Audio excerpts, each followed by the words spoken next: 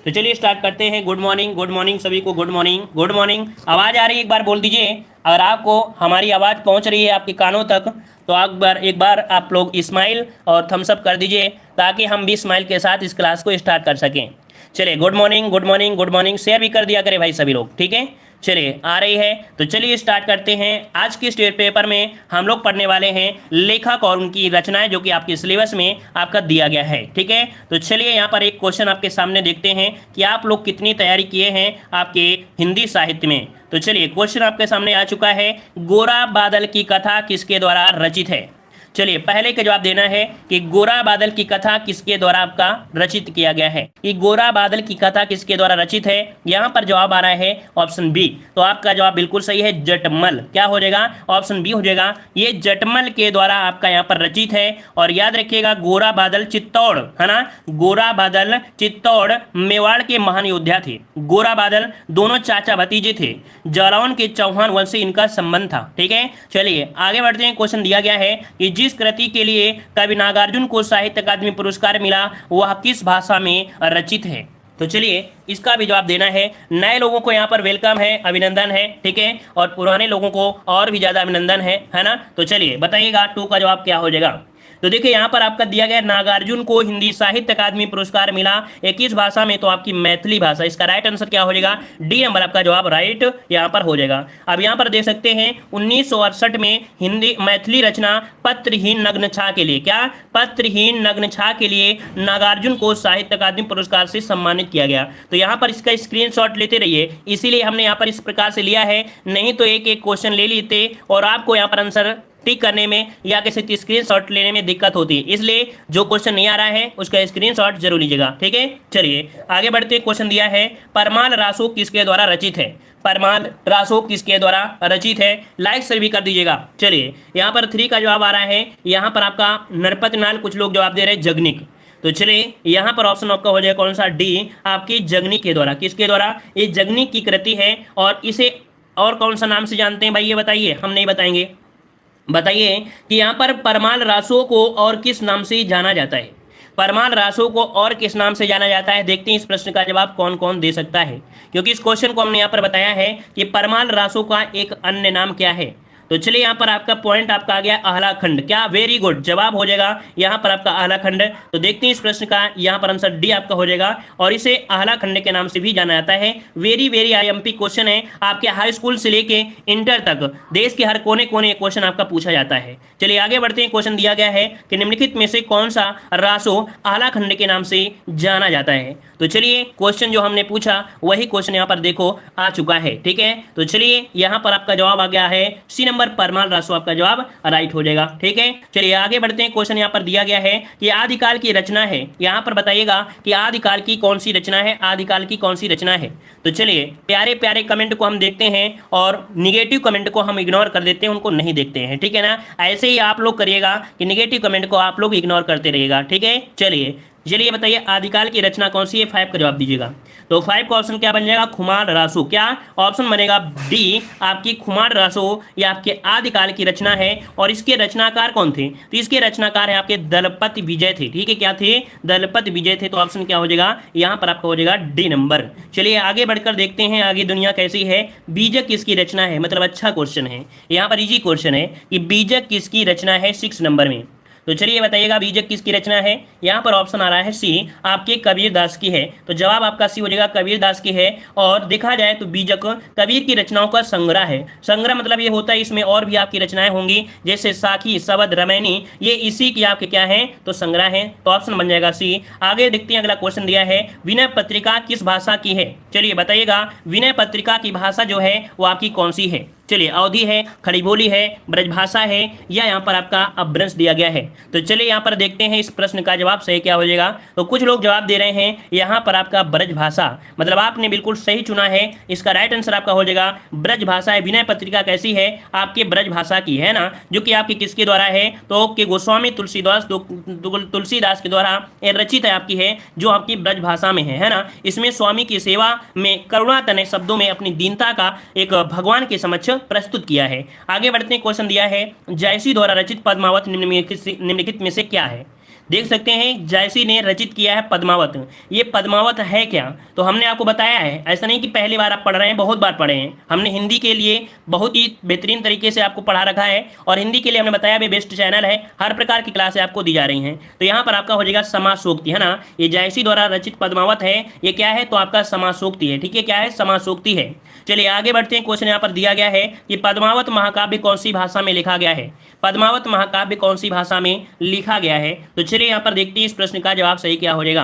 तो चलिए यहाँ पर देखते हैं, आपका जवाब यहाँ पर आ रहा है ऑप्शन बी।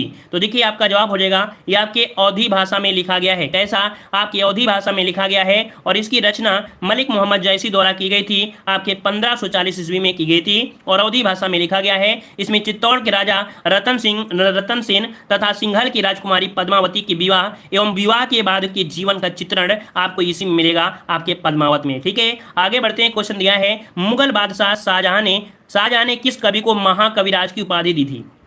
चलिए, शाहजहां ने किस कवि को महाकवि की पदवी दी थी, तो यहाँ पर 10 का जवाब देना है। 10 का ऑप्शन क्या हो जाएगा, तो यहाँ पर ऑप्शन बी हो जाएगा सुंदर, है ना। कवि सुंदर को दिया, इसका राइट आंसर आपका बनेगा बी नंबर आपका हो जाएगा। सुंदर कौन थे, तो सुंदर ग्वालियर के ब्राह्मण थे और शाहजहां के दरबार में कविता सुनाया करते थे। उन्हें शाहजहां ने पहले कविराज की और बाद में महाकविराज की पदवी भी दिया था। इन्होंने सुंदर श्रृंगार नामक रचना भी की थी। तो देखिए यहाँ पर क्या है कि इन्होंने सुंदर श्रृंगार नामक नायिका भेद का एक ग्रंथ भी लिखा है और कवि सुंदर संत कवित सुंदरदास से भिन्न आपके हैं। ठीक है, आगे बढ़ते हैं। क्वेश्चन आपसे अगला पूछा गया है, मृगावती किसकी रचना है। चलिए, मृगावती जो रचना है वो किसकी है। चलिए, क्वेश्चन आपने कई बार पढ़ा होगा, उस्मान, मंझन, कुतुबुन और आपकी जयसी। ऑप्शन आ रहा है सी नंबर, यहाँ पर आपका सी हो जाएगा कुतुबुन, इसका जवाब राइट हो जाएगा, कुतुबन हो जाएगा। ठीक है ना, कुतुबन आपका जवाब राइट हो जाएगा और इसकी रचना 909 हिजरी संवत में आपकी हुई थी। ठीक है ना, आगे बढ़ते हैं। क्वेश्चन दिया गया है कि कौन सी रचना तुलसीदास जी की नहीं है और ऐसा ही क्वेश्चन मिलेगा। हमने बता दिया है कि हर एक एग्जाम में हिंदी साहित्य होता है, टीजीटी पीजीटी का लेवल अलग होता है, यूपीडब्ल्यूएससी का लेवल अलग होता है। तो ये क्वेश्चन आप देख पा रहे हैं, यूपीडब्ल्यूएससी के बेहतरीन से बेहतरीन चुने हुए आपके चुनिंदा आपके क्वेश्चन है ना। ऐसे क्वेश्चन के रिवीजन जरूर करिएगा। तो चलिए, यहाँ पर आपका 12 नंबर में आ रहा है, ऑप्शन आ गया है डी, आपके यामा। अच्छा बताइए, यामा जो रचना है किसकी है। चलिए बताइएगा, यामा जो रचना है वो किसकी रचना है, जवाब दीजिएगा। तो महादेवी वर्मा, मतलब आपका जवाब क्या हो जाएगा डी, यामा आपके तुलसीदास की नहीं है, ये महादेवी वर्मा की है, महादेवी वर्मा की। महादेवी वर्मा की देखा जाए तो कुछ आपकी 4 और भी आपके हैं, निहार, नीरजा, रश्मि और सांदगीत, ये आपकी इनमें से संकलित है, याद रखिएगा। ठीक है, चलिए आगे बढ़ते हैं। क्वेश्चन आपसे अगला पूछा गया है, भक्तमाल के रचनाकार इनमें से कौन है। भक्तमाल की रचना आपसे पूछा गया है, भक्तमाल की जो रचना किया है वो किसने किया है। चलिए 13 का ऑप्शन आ रहा है यहाँ पर भक्तमाल नाभादास। भक्तमाल नाभादास, क्या भक्तमाल नाभादास, ऑप्शन क्या बन जाएगा, ए नंबर आपका जवाब हो जाएगा। और याद रखिए, भक्तिकालीन कवियों में इनका जो स्थान है वो अग्रदास के शिष्य के रूप में आपका है। तो ऑप्शन क्या हो जाएगा, ए नंबर इसका जवाब राइट हो जाएगा। चलिए आगे बढ़ लेते हैं। क्वेश्चन दिया है, बिहारी के प्रसिद्ध हैं। बिहारी क्यों प्रसिद्ध हुए थे। गागर में सागर भर दिया था, है ना, गागर में सागर भर दिया, मतलब 713 दोहों का संग्रह इन्होंने किया था। इनकी जो एक अमर कृति है ना, बिहारी सतसई। ऑप्शन क्या हो जाएगा, यहाँ पर आपका हो जाएगा डी, दोहा है इनके। बिहारी जो प्रसिद्ध दोहे के लिए हैं और इनकी जो आपकी कृति हो आपकी बिहारी सतसई है, जिनमें 713 दोहों का संग्रह मिलता है। आगे बढ़ते हैं। क्वेश्चन दिया गया है, निम्न में से खंड काव्य है। यहाँ पर देखो, एक खंड काव्य होता है ना, एक महाकाव्य होता है। तो यहाँ पर पूछा है खंड काव्य इनमें से कौन है। तो खंड काव्य की बात करते हैं तो यहाँ पर आपका जवाब क्या बन जाएगा, यहाँ पर आपका जवाब, चलिए काफी लोग जवाब दे रहे हैं यहाँ पर बी नंबर और आपका डी नंबर। जबकि आपके सामने अगर हम आपसे क्वेश्चन पूछ लेते हैं कि निम्न से बताइए इसमें से कामायनी महाकाव्य, साकेत महाकाव्य, ये तो होता है कामायनी महाकाव्य, साकेत महाकाव्य, ये तो होते हैं पद्मावत महाकाव्य, तो ये तीनों तो महाकाव्य में आते हैं। तो आपका जवाब हो जाएगा 15 में ए नंबर। ये जो आपका पंचवटी है ये एक खंड काव्य है। हम आपको अच्छे तरीके से बताएंगे किसी दिन कि खंड काव्य कौन कौन होते हैं, महाकाव्य कौन कौन से होते हैं। तो याद रखिए, इसका राइट आंसर आपका हो जाएगा ए नंबर आपका हो जाएगा। ठीक है ना, क्लियर है ना। चलिए आगे बढ़ते हैं। यहाँ पर क्वेश्चन दिया गया है कि मैथिली शरणगुप्त की यशोधरा जो आपकी है, ये आपकी है क्या। यशोधरा आपका है क्या, यशोधरा क्या है, ये पद्य काव्य है या चंपू काव्य है या कविता है या गद्य काव्य है, क्या है आपका।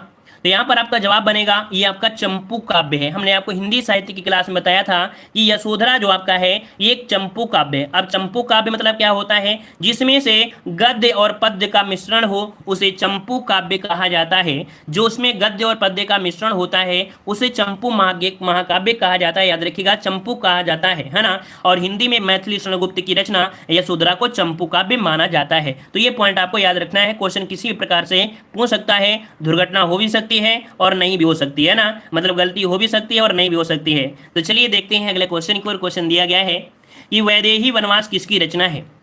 तो चलिए यहाँ पर बताइए, वैदेही वनवास 17 नंबर में।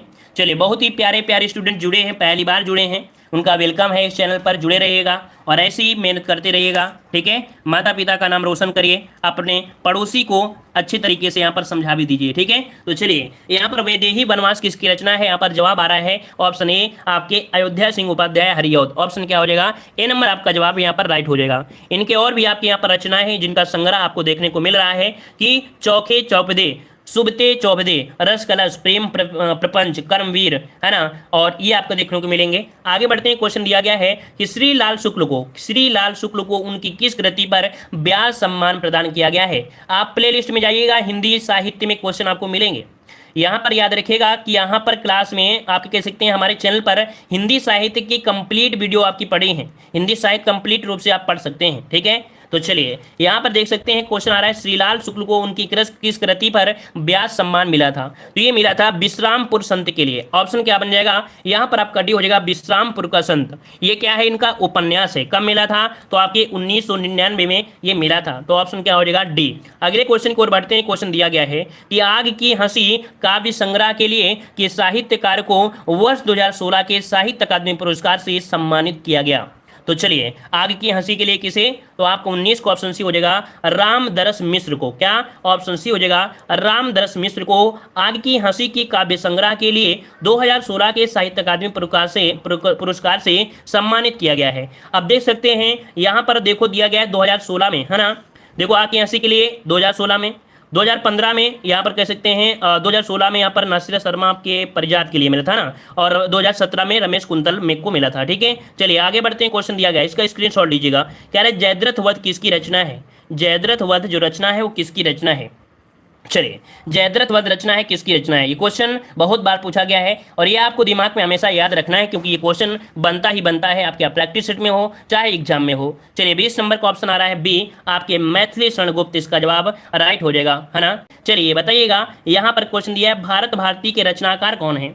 भारत भारती के जो रचनाकार है वो आपके कौन है। यहाँ पर 21 का जवाब देना है और कुछ लोगों ने जवाब दिया है यहाँ पर आपका ए नंबर मैथिली शरणगुप्त। तो आपका जवाब बिल्कुल सही है, मैथिली शरणगुप्त आपका जवाब ए नंबर आपका राइट हो जाएगा, ठीक है ना। भारत भारती जो कि 1912-13 में लिखी गई मैथिली शरणगुप्त की क्या है, काव्य कृति है। आगे बढ़ते हैं। क्वेश्चन दिया गया है कि जूही की कली, हाँ एक क्वेश्चन और पढ़ लीजिएगा। एक क्वेश्चन पूछा जाता है कि मैथिली शरणगुप्त को राष्ट्र कवि की जो उपाधि दिया था किसने दिया था। एक क्वेश्चन आपसे पूछा जाता है कि मैथिली शरणगुप्त को राष्ट्र कवि की उपाधि दिया था किसने दिया था, तो आपके महात्मा गांधी ने दिया था, ठीक है ना। चलिए अगला क्वेश्चन दिया है, जूही की कली कविता के जो कवि हैं वो आपके कौन हैं। जूही की कली कविता के जो कवि हैं वो आपके इनमें से कौन हो जाएंगे। 22 नंबर का जवाब यहाँ पर आ चुका है और हम आपके ऑप्शन को लॉक कर देते हैं। ऑप्शन ए आपका निराला, है ना, सूर्यकांत त्रिपाठी निराला की है। और इनकी और भी कविताएं हैं जो एग्जाम में बहुत पूछी जाती हैं, जैसे कुकुरमुत्ता किसकी है, तो सूर्यकांत त्रिपाठी निराला की है ना। राम की शक्ति पूजा आपकी सूर्यकांत त्रिपाठी निराला की है और सरोज स्मृति भी सूर्यकांत त्रिपाठी निराला की है। आगे बढ़ते हैं। क्वेश्चन आपसे दिया है, हिंदी साहित्य का सलाका पुरस्कार सबसे पहले किसे दिया गया था। ये सब आपको मिल जाएंगे हमारे हिंदी साहित्य के प्लेलिस्ट मिल जाएंगे। सलाका पुरस्कार, दुनिया पुरस्कार, हिंदी के जो भी पुरस्कार हैं सब आपको मिलेंगे, ठीक है ना। यहाँ पर 23 का ऑप्शन जो बनेगा वो आपका जवाब बन जाएगा option C, doctor Ramvilas Sharma. Option C आपका राइट हो जाएगा जवाब, डॉक्टर रामविलास शर्मा आपका जवाब हो जाएगा। और दिया कब गया था, तो 1986 में दिया गया था। आगे बढ़ते हैं। क्वेश्चन दिया है, साहित्य अकादमी पुरस्कार का जो प्रारंभ हुआ वो आपका कब हुआ था। बताइएगा, साहित्य अकादमी पुरस्कार का जो प्रारंभ हुआ वो आपके कब से हुआ। 24 का जवाब देना है 24 नंबर में। तो चलिए यहाँ पर जवाब आ गया है 24 में, यहाँ पर आपका 54 नंबर है ना, मतलब कह सकते हैं क्या, यहाँ पर आपका ए नंबर 1954। अब देखिएगा यहाँ पर 1954 को इसकी स्थापना हुई थी, लेकिन इसका प्रथम साहित्य पुरस्कार जो दिया गया था माखनलाल चतुर्वेदी को दिया गया था 1955 में, और हिम तरंगड़ी के लिए यहाँ पर मिला था। किस लिए? हिम तरंगड़ी के लिए माखनलाल चतुर्वेदी को मिला था, याद रखिएगा, ठीक है ना। आगे बढ़ते हैं, क्वेश्चन आपसे पूछा गया है अज्ञे जी को किस कृति पर भारतीय ज्ञानपीठ पुरस्कार मिला? चलिए बताइएगा, अज्ञे जी को किस कृति पर भारतीय ज्ञानपीठ पुरस्कार मिला था? यहां पर आपका जवाब आ रहा है सी, कितनी नावों में कितनी बार, मतलब ऑप्शन क्या बनेगा, यहां पर आपका सी हो जाएगा। और इन्हें 1978 में ज्ञानपीठ पुरस्कार से सम्मानित किया गया आपके अज्ञे जी को। आगे बढ़ते हैं, क्वेश्चन आपसे अगला पूछा है कनुप्रिया के रचनाकार इनमें से कौन है? कनुप्रिया के रचनाकार इनमें से कौन हो जाएंगे 26 नंबर में?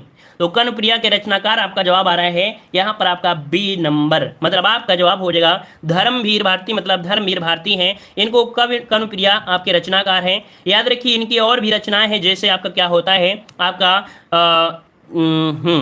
कह रहा है इनकी रचनाएं जैसे अंधा युग हो गया है ना, सूरज का सातवां घोड़ा हो गया है ना, ठंडा लोहा हो गया, ठीक है ना, 7 गीत वर्ष और देशांतर, ठीक है। तो एक सूरज का सातवां घोड़ा भी इनकी रचना जो बहुत बार पूछी गई है। आगे बढ़कर देखते हैं दुनिया कैसी है, क्वेश्चन दिया गया है, कह रहा है प्रकाशन वर्ष की दृष्टि से हरिवंश राय बच्चन की रचनाओं का सही क्रम बताइए।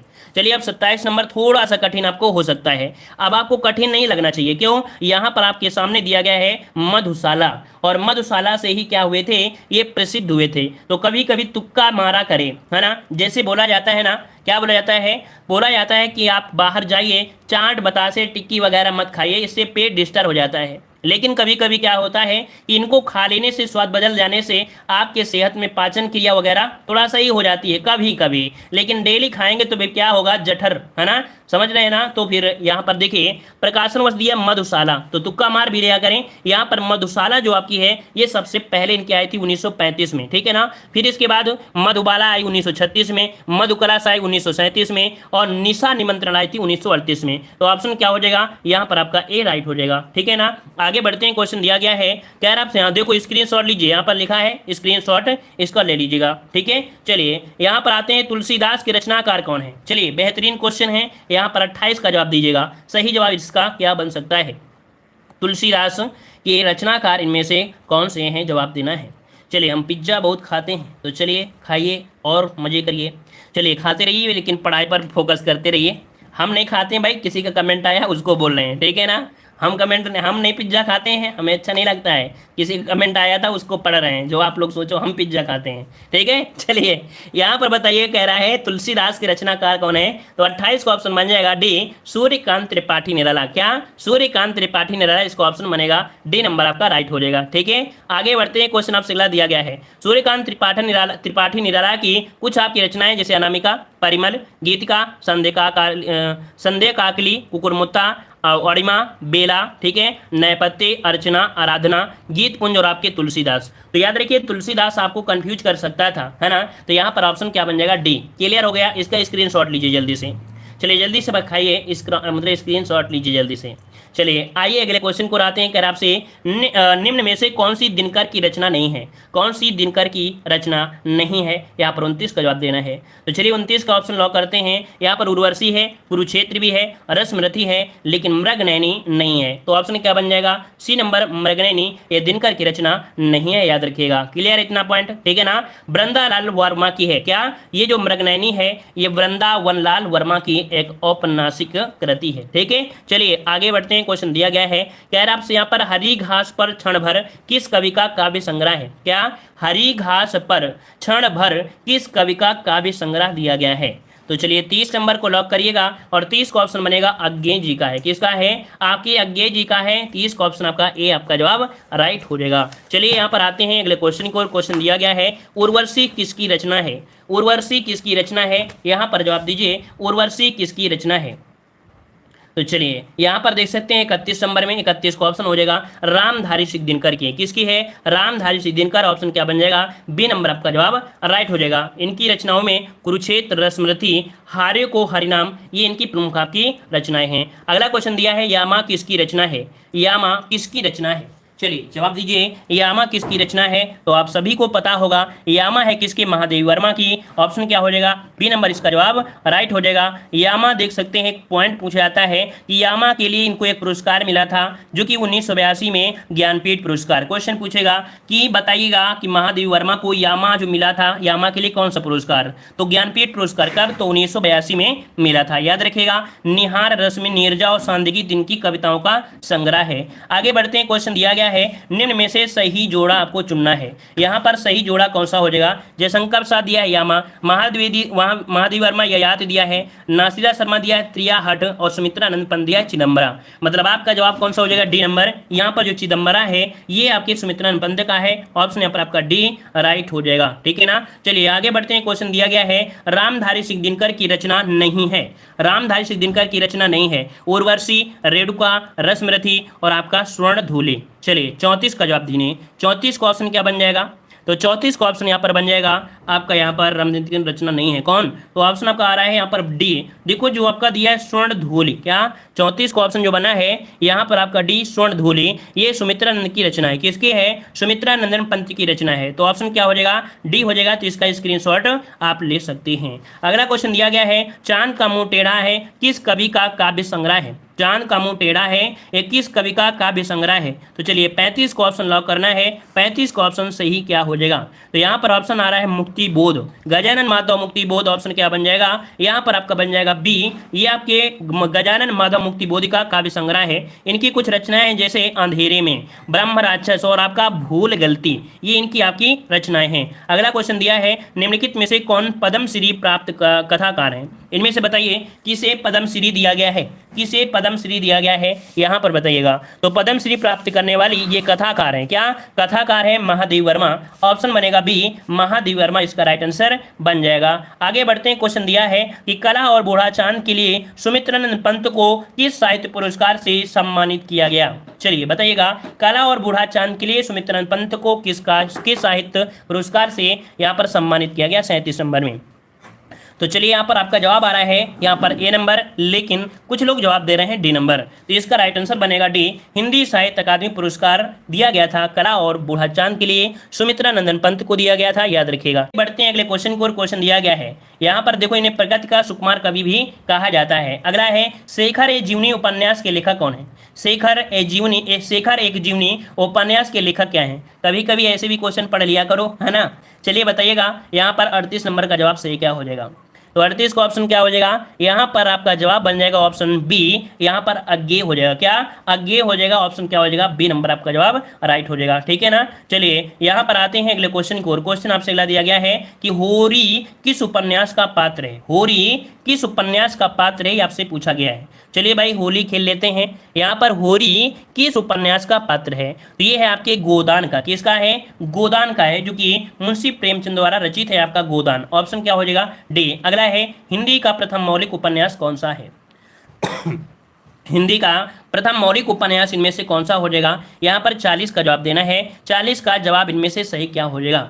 इस प्रश्न का जवाब आप सभी को कमेंट बॉक्स में कमेंट करना है, ठीक है ना। इस प्रश्न का जवाब आप लोगों को कमेंट करना है, और एक पार्ट के अंतर्गत देखा जाए तो अब आपका सब कुछ कवर हो जाएगा, ठीक है ना। मतलब जो जरूरी है वही हम आपको करवाएंगे, बहुत नहीं करवाएंगे हम। इस क्वेश्चन का जवाब आपको अगले पार्ट मिलेगा, ठीक है। धन्यवाद। जय हिंद, वंदे मातरम। लाइक शेयर करके जाइएगा, ठीक है। धन्यवाद।